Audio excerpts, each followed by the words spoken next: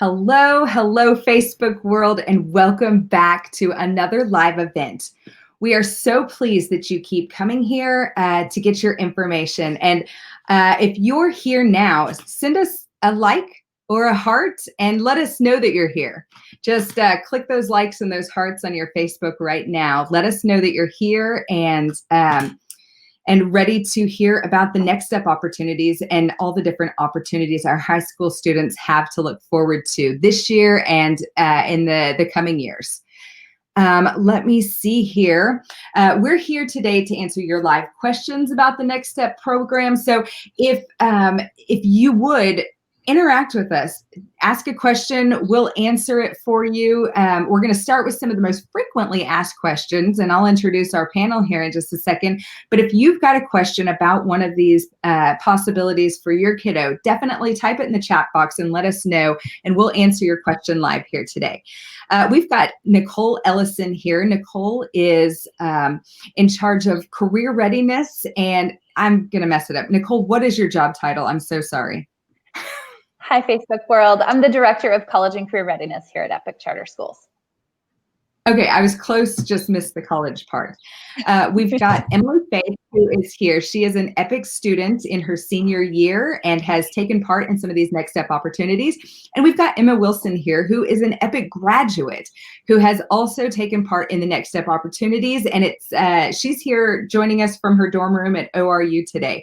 Emma, hello, and thank you for being here. I know you've got a crazy class schedule. I'm just excited you could be a part of the conversation. Absolutely. Okay, well, let's get going. Nicole, what is Next Step? How can kids get started in this program? What do we need to do? And what are the different ways that a parent can get their kiddo involved? Absolutely. So Next Step is a term we use here at Epic, and we know that our goal is to get students to the checkpoint of graduation, but it's a checkpoint. It's simply that. That is not their final destination. And so as we are working with high school students, our goal is to prepare them for their next step on their journey after high school. And in one of the ways we do that is we want to ensure that all of our juniors and seniors are participating in one of the next step opportunities. And so what that means is that a student is taking college coursework as a high school student, or they could be enrolled at a career tech in a career tech program leading to a certification, or that could mean that they are participating in an internship opportunity where they are getting meaningful skills, learning through observation and hands-on, partnering with a mentor, and learning about that career field that they're potentially interested in. So all of those ways allow high school students to earn high school credit, but also prepare for that next step after high school. So that's the program in a nutshell. In terms of how to get a student connected, this starts at that ILP with the teacher, but really just in conversation with the teacher of what are those after high school goals, and how do we ensure a student is in a course that aligns with those goals. Awesome. Yeah. And we've identified that not every kid is set up to go the college path, and not every kid is set up to go the trade school path. And for what it's worth, we had somebody who was a part of the tech program here in Tulsa who was going to join us, but we're operating in that class time right now. So I can speak to past students who have done it, but we're going to let Emily and Emma speak for the opportunities that they've had here. Emily, what is your involvement in the Next Step program, and just tell the world what you're doing. Yeah, I am a concurrent student at Redlands Community College right now. That is actually been kind of a crazy journey. I started taking 9 hours last year, and I am currently enrolled in 18 hours this year. So the Next Step program has really prepared me for college life starting next year, which is crazy to think about. And it's really given me an insight to what is expected of me when I actually go to college, and it's really helped prepare me. And it's also upped my GPA, which is really helpful for scholarships as well. Heck yeah, that's a huge component to being able to get those scholarships. And Emma, you live in that world. You have received some scholarships. You've taken part in not only the community college partnerships that we have, but you've done internship. Talk to me about what that internship looked like. So I started my internship the beginning of my senior year. That's actually what helped me choose my major. So I started working with first grade students for Little Blue Learning Institute, working as a direct intern, like teaching them. So on a daily basis, I would help them with their assignments, work through any difficulties they were having. We also planned projects. So once a week, we would have either a craft or a game or something that went along with what they were learning, but it also encouraged them to be creative and get outside and work together. Absolutely. And it was really fun getting to watch you do that and Emily be a part of your process along the way as your principal last year. Nicole, we have a question from Billie Jean. Billie Jean wants to know, do you find the internships or do you have a list of partners that we can send kids to? That is such a great question. So knowing that our students are statewide, we're continuing to grow those partnerships and those opportunities all across the state. Our department doesn't necessarily place a student in their internship. So, but what we do is we partner with the family and the teacher and leverage going back to what is that student's interest. And so we always look for an opportunity that is meaningful to that student and their post-high school goals. We look for an opportunity to ensure that the student can have a means to get there. So whether that's something that we're trying to set up virtually or in person, and of course we're in a unique situation right now, making sure that they have a mentor that they can partner with and learn from. So we do have a list of organizations that we know are willing to work with our students, but as I said, we're always continuing to grow that. So that's really just a partnership. We dive in together, we leverage the local community in which the family lives in, and then go from there. So sometimes that's connecting a student with someone that might be their neighbor or an organization that the parent or family is a part of. And sometimes that's myself and my team out there just cold calling organizations saying, hey, we have an EPIC student who is really looking for an internship in this area. And so we do whatever it takes to help get a student connected. Absolutely. And we've had a couple of opportunities to serve here at EPIC. Is that correct? And so what do those opportunities look like? Yeah, absolutely. So we have a lot of unique departments here at EPIC outside of just the traditional brick and mortar setting. And so from EPIC News Network, which is a great internship that students can participate in when they're interested in communication, journalism, lots of different pieces there. And so students can participate with EPIC News Network. Students I have in my department right now interning with us from setting up kind of just more administration tasks, helping identify local scholarships here in Oklahoma, from helping connect students in career techs and career tech locations. And so then we have had students partner on the social media side or even on the tech side, coming insight to any of our blended learning centers for students interested in education and leveraging working with students in that capacity. So. Absolutely. And that ENN program or EPIC News Network is, the possibilities are amazing there, but they've already had award-winning students. And what a great way, if you're thinking about broadcast journalism or print journalism, photography, even just writing, what a great way to get involved and grow your skills in that direction. Emma, can you talk to us about how taking college classes or how that internship has prepared you for college life at ORU? Both those opportunities have given me such an advantage when trying to transition from high school to college life. I started taking concurrent enrollment classes as a freshman in high school, just one at a time, taking it slow. But just even taking a few classes teaches you the pace of college work and what's expected of you and how to properly manage your time. And now that I'm here starting my freshman year of college, it hasn't been a difficult adjustment really because I knew what to expect academically. As far as the internship goes, it's prepared me more for the career side of things.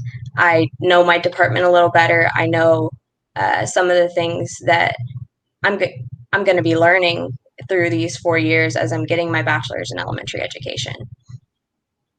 Awesome. Emily, how does one start the process of concurrent enrollment or maybe even tech school? Like, what is the first step? Well, I know for me, the first step was going to Redlands Community College. A lot of students take concurrent classes at UCO, OCCC. There's so many places you can take concurrent classes. So the first step, in my opinion, would be just going to that college and getting in contact with an admissions counselor and actually applying for concurrent enrollment. You can even ask your teacher or your counselor here at Epic for help on maybe what classes you should take, especially if you're taking it during your junior or senior year. That's what I did because I knew I was going to be busy with lots of high school work as well. So that would be my advice, is get in contact with them. That is the very first step in applying, getting admitted, and also asking your teachers what classes they might recommend for you as well. That's a great point, Nicole. There are classes a student can take that sub out other classes. Can you talk to some of those possibilities?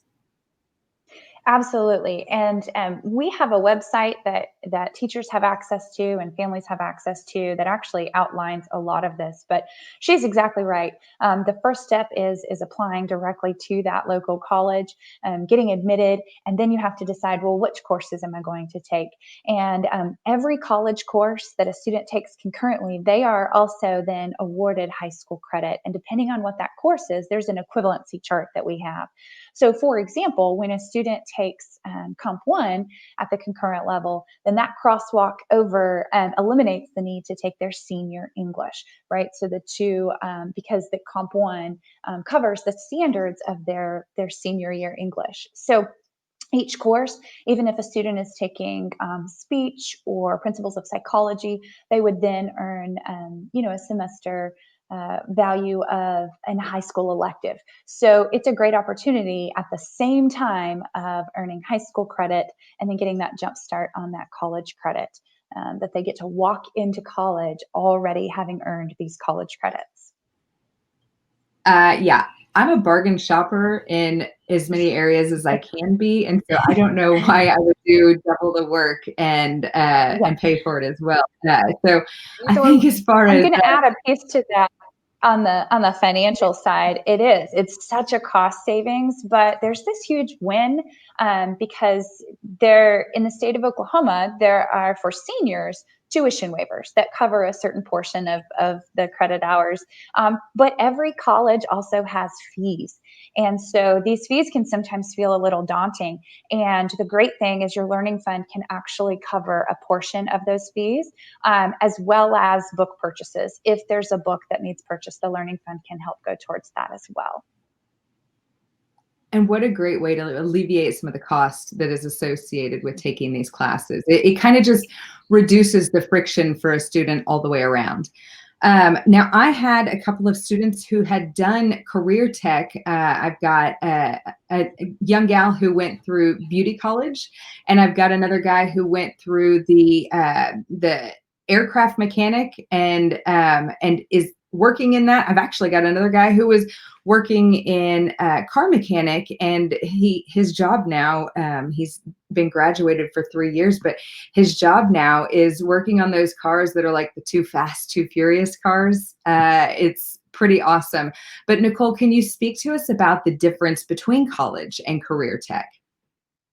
Yeah, absolutely. So some students might end up actually participating in both opportunities. There's no limit to what you can leverage and participate in. So a student shouldn't feel as though if I apply and get enrolled at a career tech, I can't leverage college. But they're two very distinct paths. Generally, when you get admitted to a career tech program, you're seeking to obtain a certification in a certain area. And so there's lots of trades out there that you can learn while you're in high school. So for example, you mentioned cosmetology. That's one of the most popular programs that the majority of the career techs in the state offer. So a student would, just like concurrent, they're going to go directly to that local career tech.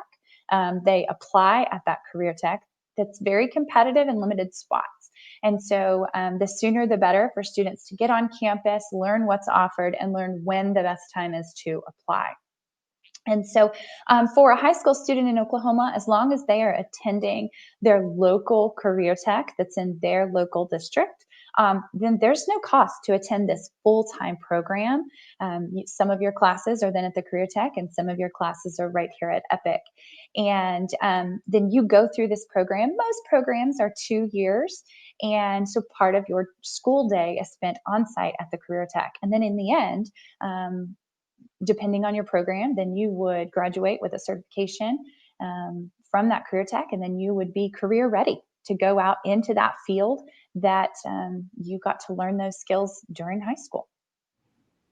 Yeah, and to say that there is no reason for college after career tech isn't a necessity either. Actually, my student Kylie went through cosmetology in high school so that she could have a job and not have to like wait tables or rely on scholarships because she didn't know how many would come. But she could then work while going to college, and she was paying for college and had a full-time job as well. So it set her up to have the job she wanted so that she could still go to college. JNZ wants to know, you said you have to be a high school junior or senior to begin concurrent enrollment. How did the young lady on the panel begin as a freshman? And that's a great question. You went to ORU and you paid for those courses as a Yes, freshman. ma'am. Is that correct? Okay. So Yeah, was I there... started that on my own.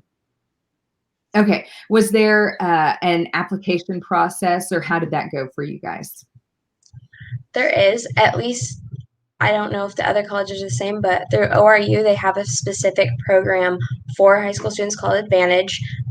If you want to sign up, you just go online to ORU/Advantage, and there's an application. You'll fill out your basic information, and you don't have to get accepted. You can just enroll and start taking classes at as early as your freshman year of high school. Awesome. Follow-up question by JNZ.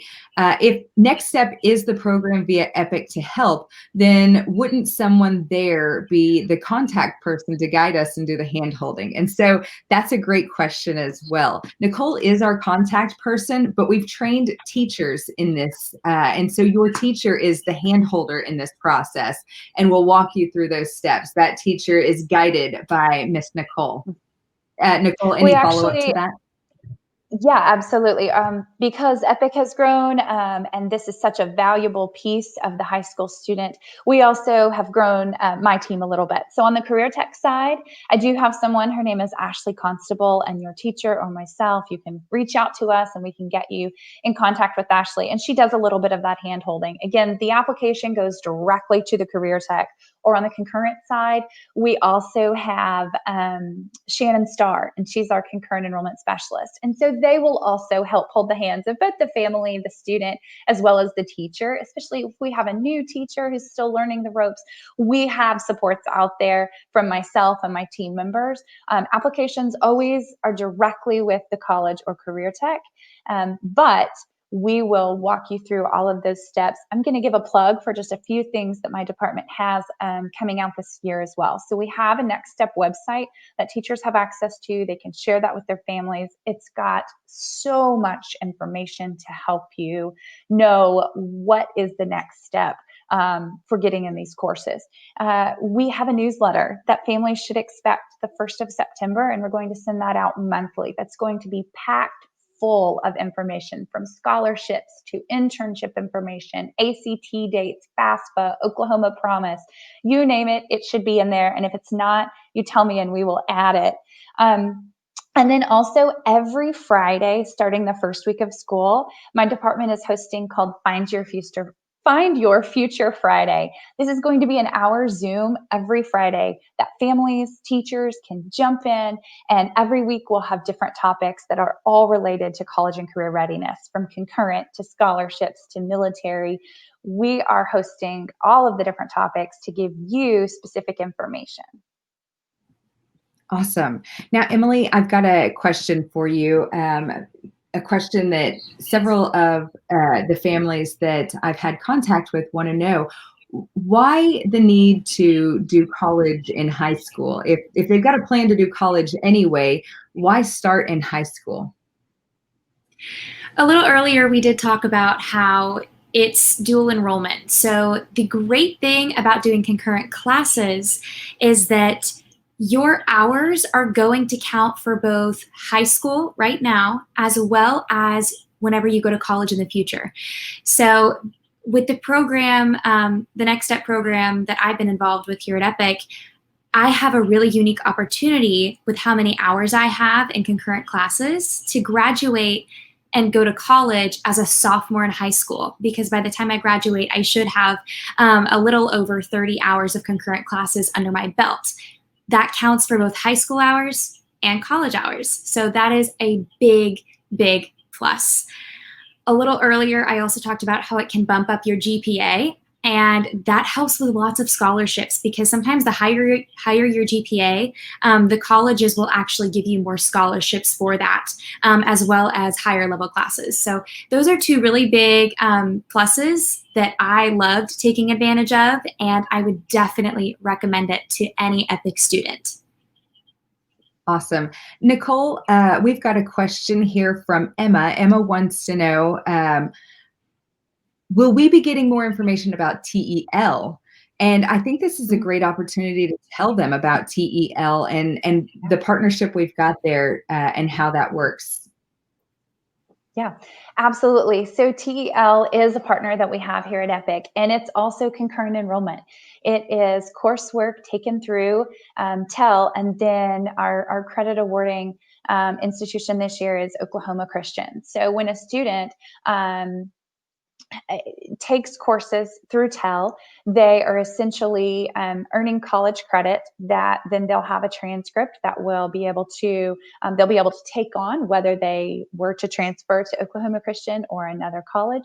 And the pro to this is not necessarily a local college that they have to go on site for, which there's pros and cons to both, but these are fully online courses that they take as an Epic student. There's a little less hoops to jump through in terms of the enrollment side. Again, your teacher can walk you through that. You don't actually apply at the local College of Oklahoma Christian. We work with that enrollment piece on the Epic side. The student does need to have a 3.0 or higher GPA to qualify to take this college coursework. But we have all of those steps laid out, and a great catalog of courses that a student can take, from Comp 1 to science lab courses and some electives. Great opportunity there. And we love our partnership with TEL, and we would be happy to get you more information. And again, that's on our website and in the upcoming newsletter. But now is the time to have those conversations with your teacher to get those classes, if you'd like to participate, on your schedule so that you can get started in those this semester. Awesome. Thank you so much. And hopefully we've got more questions that come through the feed as soon as this ends. I know the noon hour is not for everybody, but the questions have kind of stopped rolling in. So if it's okay with you guys, I'm going to plug the next episode and we'll sign off. I will ask you if there's any one last thing that anybody needs to know about this program. Okay, so be thinking about that. But this Friday, we will be talking about curriculum again, and we're really excited. We listened to you. There were lots of comments that came through after we ended our live stream last Friday, and the ones that you guys were most excited about, you want to know about Bright Thinker, Strong Mind, Apex, and Embark. And so we're going to be talking about those 4 curriculum options with you this Friday, and all curriculum really. We'll be talking about how it works and the ins and outs of it, but specifically, we will have people to speak to you about those 4 curriculum choices coming up. All right, before we sign off, Nicole, is there anything else anybody needs to know about the opportunities that we have or that we're able to partner with for this coming school year? Absolutely. What I would just say is your future matters. Okay. We are working to help prepare you for that next step. If you truly don't know what that is, reach out, myself or someone on our team. We can walk you through that. We are here for you and we believe in your future. And so there is no question that you should be too afraid to ask. Nothing from your past educational setting prevents you from having a future, and we believe in you and we want to see you succeed. So reach out to myself or our team and we will get you going on your next step. Awesome. Emily, have you decided what you want to study when you leave high school and have these 27, 30 credits already going in your favor? Well, that has been a bit of a journey all on its own. Right now, I am leaning more towards a pre-law track with a minor in broadcast journalism. I don't know where life will take me. I've also thought about pre-med, but we will see where life takes me and what track I go down in the future. Awesome. And you can see here below, we are signing students up now for that Epic News Network if broadcast or print journalism is the way you want to go. We've got a robust program there, 2 amazing journalists themselves leading that charge. And so if you want more information about any of the programs we've talked about today, concurrent, tech, trade school, internship, ENN, you just ask your teacher or ask here in the chat. Let us know how we can help, and we're here for you. Don't forget to give us the heart and the thumbs up and let us know that you were pleased to be here today. And until Friday, I am signing off. Thank you so much for joining us and helping us have a great discussion about the possibilities for these kids and their future.